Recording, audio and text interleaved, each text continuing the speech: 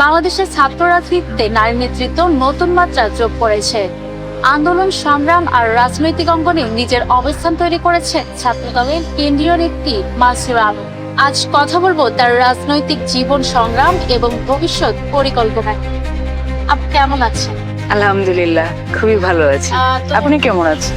আলহামদুলিল্লাহ ভালো আছি। আপু, রাজনীতিতে আসার পেছনে আপনার অনুপ্রেরণা কি ছিল? মূল অনুপ্রেরণা বলতে, রাজনীতিতে এসেছি সবসময় নিজেকে এম্পাওয়ার করার চেষ্টা করতাম ছোটবেলা থেকেই, যে কোনো জায়গায় যে কোনো অবস্থাতে। তো যখন বড় হচ্ছিলাম, বই পড়ছি, বিভিন্ন ধরনের মতামত দেখছি, তো আস্তে আস্তে মনে হলো যে বাংলাদেশের রাজনীতিতে নারীদের যে অবস্থান, তো এই জায়গাগুলো আসলে আরো বেশি উন্নতি করা যাবে যদি আমরা আসি, আমাদের মতো মানুষেরা আসে এখানে, মেয়েরা বেশি করে রাজনীতিতে অংশগ্রহণ করে। তো এটি আসলে বিশেষ কোনো মোটিভেশন না, এটি নিজের সাথে এক ধরনের বোঝাপড়া যে আমি নিজেকে কোথায় দেখতে চাই সেটির উপর। এই ব্যাপারে আপনার পরিবার আপনাকে কতটা আর কি সাপোর্ট করেছে? বা অনেকেই তো ভয় পায় যে মেয়ে রাজনীতিতে গিয়েছে, ছেলেদের ক্ষেত্রে আলাদা বিষয়, তো আপনার পরিবার আসলে কি বলে? আমি মধ্যবিত্ত পরিবারের সন্তান, স্বাভাবিকভাবেই বাবা মা ঢাকা বিশ্ববিদ্যালয়ে পাঠিয়েছে পড়াশোনা করে চাকরি করব সেই ধরনের চিন্তা থেকে। তো শুরু থেকে তাদের কিন্তু সেই সিদ্ধান্তটি মানতে একটু কষ্ট হয়েছিল, অসুবিধা হয়েছিল। তাও আবার এমন এক রাজনৈতিক যাত্রা যেখানে আসলে ভবিষ্যৎ বলতে সামনে কিছু দেখা যাচ্ছিল না। সো সেটা শুরু থাকলেও এরপরে হচ্ছে যখন তারা দেখলো যে আমি এটার প্রতি আমি ডিটারমাইন্ড এবং আমি কাজ করে যাব, কোনো অবস্থাতেই থামবো না, তারপরে এক পর্যায়ে তারা সেটা গ্রহণ করে নিয়েছে। আচ্ছা, একজন নারী হিসেবে ছাত্র রাজনীতিতে আসলে চ্যালেঞ্জ কতটা, বা আপনি কতটা ফেস করেছেন প্রথম দিক থেকে? সবসময় চ্যালেঞ্জিং, নারী হিসেবে বলেই চ্যালেঞ্জিং। ছেলেদের এই চ্যালেঞ্জগুলো পার হইতে হয় না। আমাদের নারীদের জন্য যে শুধু বাইরে থেকে আক্রমণ ছিল এমন না, শুধু যে ছাত্রলীগের আক্রমণ বা এই ধরনের প্রতিপক্ষ বলতে আমরা যা বুঝি সেটার আক্রমণ ছিল তা না। আমাদের কিন্তু ভেতরেও একটা বোঝাপড়ার মধ্যে দিয়ে যেতে হয়েছে, বিভিন্ন মতের মানুষ সেখানে, পুরুষেরা সেখানে। আমাকে গ্রহণ করার সক্ষমতা অনেকের মধ্যে না তৈরি হতে পারে, আমার অবস্থান এবং মেয়েদেরকে সাধারণত যেভাবে স্টেরিওটাইপ দেখতে চাওয়া হয়, আমি একটু ব্যতিক্রম ছিলাম সেই জায়গা থেকে। তো আমাকে নিয়ে অনেক ধরনের অনেকের চিন্তা ছিল। তো সেই জিনিসগুলোর সাথে অ্যাডজাস্ট করা এবং তাদের সাথে নিজের একটা বোঝাপড়া তৈরি করে অবশেষে একটা জায়গায় পৌঁছানো যে হ্যাঁ আমি এখন স্টেবল আছি, সবার সাথে গুড আন্ডারস্ট্যান্ডিং আছে। তো এটা আসলে ঘরে বাইরে দুই জায়গায় কিন্তু এটা একটা লড়াই। এমন কোনো পরিস্থিতিতে পড়তে হয়েছে যে মনে হয়েছে যে আজকে থেকে আর রাজনীতি করব না? অনেকবারই হয়েছে, অনেকবার বলতে গেলে অনেকবারই হয়েছে। এটার কারণ কখনো এটা ছিল না যে বাইরের আক্রমণ আসতেছে, মানে আমাকে কেউ আক্রমণ করেছে বা আমার বাইরে থেকে অনেক চ্যালেঞ্জ, আমার জীবন, আমার রাজনীতি, আমার পেশা, এই জন্য না। বরং মানুষের যে চিন্তা ভাবনা, বিশেষ করে আপনি তখনই যে একটা জায়গা ছাড়তে চান যখন আপনি ঘরের ভেতরে আপনি সেই উষ্ণতাটা অনুভব করেন না।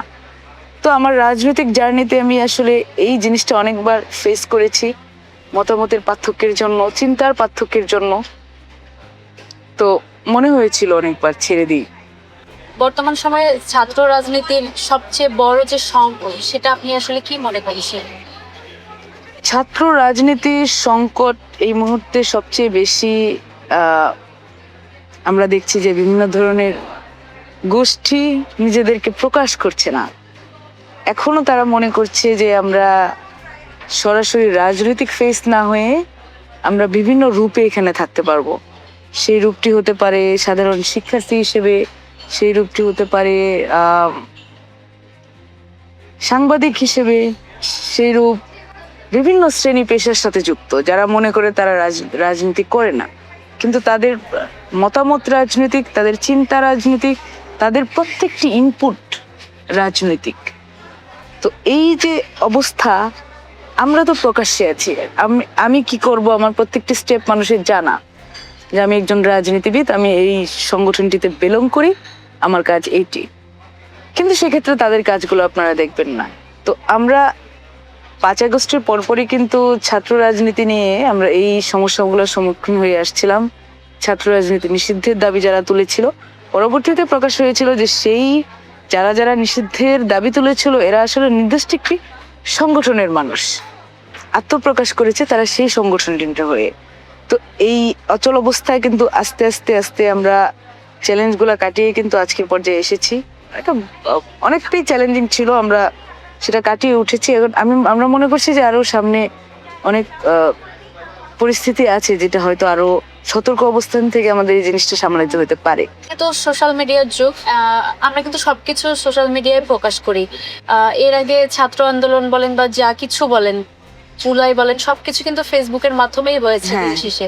তো এখন আর কি অনেকেই ফেসবুকে বলছে বা কমেন্ট করছে যে ছাত্রলীগকেও এরকম, ছাত্রলীগ থাকতেও ঢাকা ইউনিভার্সিটিতে বলেন এই ধরনের ঘটনা মানে এতটা ঘটেনি, এটা নাকি একদম বেশি হয়ে গেছে। আপনি আসলে কি বলবেন? অনেকে আবার এমন বলছে যে ছাত্রলীগকে মিস করছে, আপনি এই বিষয়ে কি বলবেন? ছাত্রলীগকে তো মিস করবেই, ছাত্রলীগের মাঝখানেই তো তারা ছিল, মিস না করে কি করবে ওরা?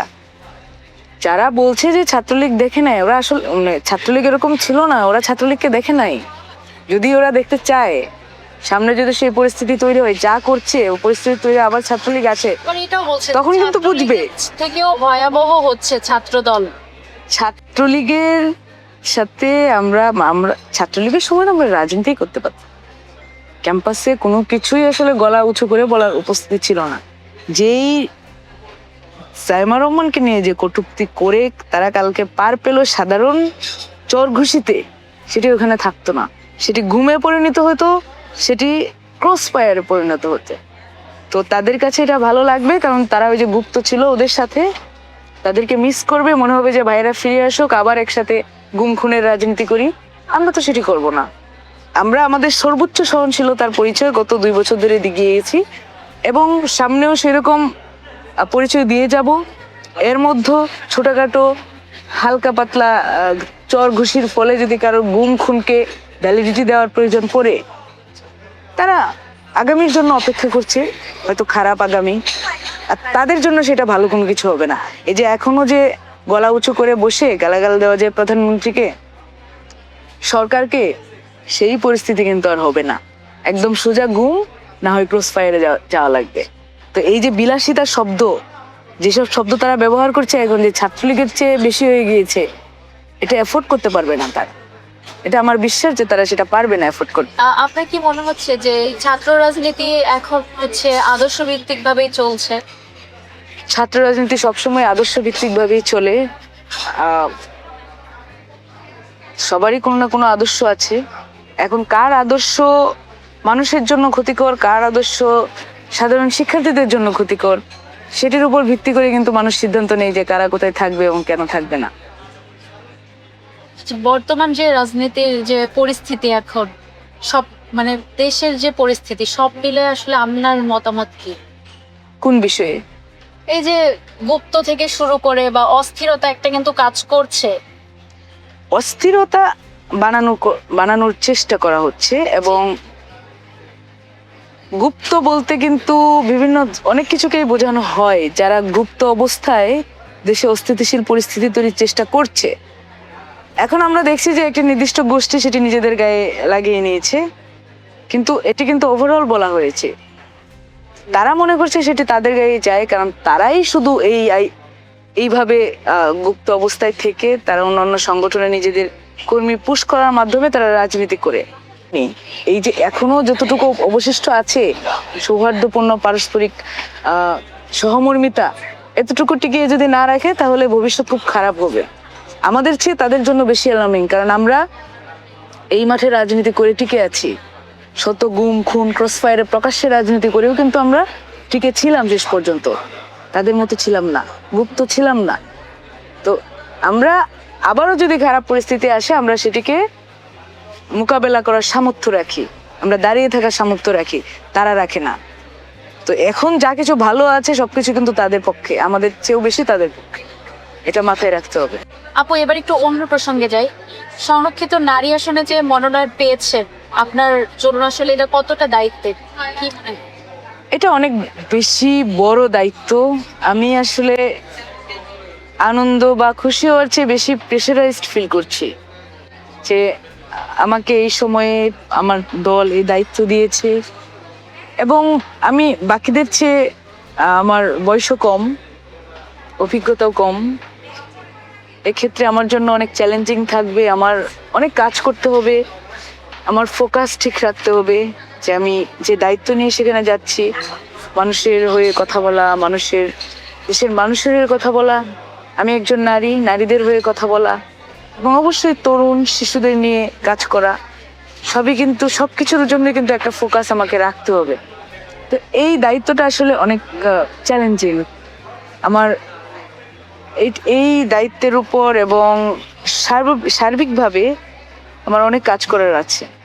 আচ্ছা, এই যে মনোনয়ন পত্র যখন জমা দিয়েছিলেন, তো সবাই তো মানে পাওয়ার আশায় জমা দেয়, তো আপনি জমা দেওয়ার আগে কি ভেবেছিলেন যে আপনি যেহেতু বললেন যে আপনার বয়স কম, আপনি পাবেন কিনা বা কি মনে হয়েছিল? তরুণদের দেওয়ার একটা আলোচনা ছিল, যেহেতু সেই আলোচনা ছিল, তো আমি কনফিডেন্ট ছিলাম যে যদি তরুণদেরকে দেয় হয়তো আমার একটা ভালো সম্ভাবনা থাকবে। তো সেই আশা থেকেই কিন্তু আমিও মনোনয়ন ফর্ম জমা দিয়েছি, এবং আলহামদুলিল্লাহ আমার পার্টি সেটি কনসিডার করেছে। তারা মনে করেছে যে আমি এই কাজের জন্য যোগ্য। এখন আপনার বাড়ি থেকে কি বলছে, বিশেষ করে আপনার বাবা মা? আমার বাবা মা আসলে খুবই সাধারণ মানুষ। তারা মধ্যবিত্ত পরিবার, সন্তানদের মানুষ করেছেন, পড়াশোনা করিয়েছেন। তো তাদের আসলে এত কিছু এক্সপেকটেশন ছিল না। ভালোভাবে বাঁচি, পড়ি, খাই, পড়ি, এই ধরনের এক্সপেকটেশনের মতো তারা ছিলেন। তো এটা তাদের জন্য অনেক বড় ঘটনা তাদের জীবনে। কি বলছিল আঙ্কেল ফোন দিয়ে আপনাকে? আমি আসলে যখন মনোনয়ন ফর্ম তুলি আমি আসলে বাড়িতে বলি নাই, কারণ হচ্ছে আমার বাবা আসলে উনি তো দেখেছেন যে আমি রাজনীতি করছি, অবশ্যই আমার ইন্সপিরেশন আছে, এটা উনি জানেন। তো আমি এটা বুঝতে পারছিলাম যে আমি যদি জানাই তাহলে উনি হয়তো জিনিসটা নিয়ে অস্থির হয়ে যাবেন। এমন হতে পারে যে মসজিদে গিয়ে উনি হচ্ছে দোয়া পড়াচ্ছেন, তারপর হচ্ছে মানুষকে খাওয়াচ্ছেন, দোয়া চাচ্ছেন, এরকম কাজ করছেন। তো এটি আমার জন্য হয়তো ভালোর চেয়ে অনেক সময় খারাপও হয়ে যেতে পারতো। আমি পাচ্ছি কিনা জানি না, কিন্তু উনি হয়তো হিউমিলিয়েটেড হইতেন। তো এই চিন্তা করে কিন্তু উনি যখন কাজটা করতেন তখন এসব ওনার মাথায় থাকতো না। তো সব মিলিয়ে আমি জানাইনি। তো তাদের জন্য আসলে এই সংবাদটি খুব সারপ্রাইজিং ছিল যে হঠাৎ করেই আমার আগেও মানুষের কাছ থেকে উনি জেনেছেন যে এরকম কিছু একটা হয়ে গেছে, তারপরে আমি জানিয়েছি। আঙ্কেল কি করলো আপনাকে ফোন ধরে? ফোন দিয়ে as usual কিছু পরামর্শ, কিছু কথা, কি করতে হবে, বড় দায়িত্ব, আল্লাহর দান।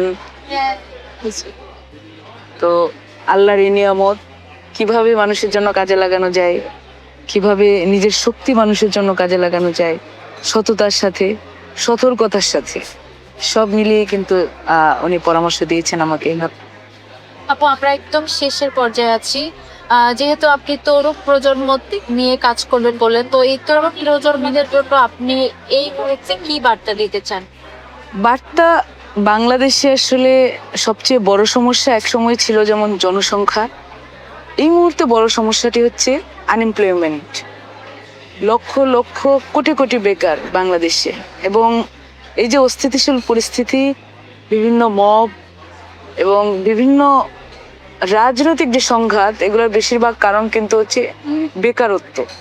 ছেলে মেয়েদের আসলে করার কিছু নেই, কাজ নেই, তারপরে জীবনে আসলে একটা লক্ষ্য দেখতে পাচ্ছেন না। এই যে শিক্ষিত বেকারেরা আছেন তারা সামনের লক্ষ্যটা দেখতে পাচ্ছেন না যে আমি কি করব।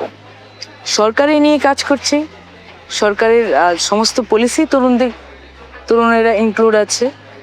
তো আমিও এখন সরকারের অংশ, আমি সেটা নিয়ে কাজ করব। বেকারত্ব নিয়ে কাজ করতে হবে, তাদের কর্মসংস্থান নিয়ে কাজ করতে হবে। তাহলে আমার মনে হয় যে পরিস্থিতি যত খারাপই আসুক না কেন, অন্তত মানুষের কাজ আছে, তরুণেরা তাদের তারুণ্য কোথাও ইনভেস্ট হচ্ছে, এই জিনিসটা আসলে দেশের জন্য পজিটিভ হয়ে আসবে বলে আমি মনে করি। আচ্ছা আপু, রাজনীতির বাইরে আপনার যে জীবনটা, সেখানে কি কোনো ধরনের প্রভাব পড়ে? আমার আসলে এই এত বছর পরে রাজনীতির বাইরে জীবনটা খুবই ছোট হয়ে গিয়েছে, খুবই সংকুচিত। মানে আমার বন্ধু বান্ধব যারা তারাও রাজনীতি করে, মনে হয় কিছু আছে যারা রাজনীতি করে না, বেশিরভাগই রাজনীতির সাথে সম্পৃক্ত। সব দিক দিয়ে, এছাড়া পারিবারিক জীবন আছে, পারিবারিক জীবনে রাজনীতির সাথে মানুষ সংযুক্ত না, কিন্তু এই পরিস্থিতিতে আসলে পারিবারিকভাবে সম্পৃক্ত থাকাটা খুব কম হয়। তো আমার আসলে ভ্রমণ করার খুব শখ, মানে আমি আগেও প্রচুর ভ্রমণ করতাম, এখন সেটা আর করা হয় না, খুব কম হয়, হয়তো বছরে এক আধবার যাওয়া হয় কোথাও। তো জীবনটা অনেকটাই সংকুচিত হয়ে গিয়েছে, সামনে হয়তো আরো হবে, কারণ এখন দায়িত্ব আসলে অনেক গুরুত্বপূর্ণ একটা জিনিস, যে আপনি যখন দায়িত্বশীল থাকেন আপনি চাইলে অনেক কিছু করতে পারেন না। তো এই জিনিসটা আসলে আমি আমি খুব বহন করি আর কি জিনিসটা, যে দায়িত্ব এসে গিয়েছে। আমি আমি এমনিতে ছিলাম বেশ ফ্রি স্পিরিটেড, ঘোরাফেরা, আড্ডা দেওয়া, বন্ধুদের সাথে প্রচুর আড্ডা, আমার অনেক বন্ধু বান্ধব, অনেকগুলো সার্কেল ছিল। তো সেই জীবনটা সংকুচিত হয়েছে অনেক। ছাত্র রাজনীতি থেকে জাতীয় রাজনীতির পথে মানসুরা আলমের এই যাত্রা কতটা প্রভাব ফেলবে বাংলাদেশের রাজনীতিতে, এটাই এখন দেখার বিষয়। আজকের মতো এখানেই শেষ করছি।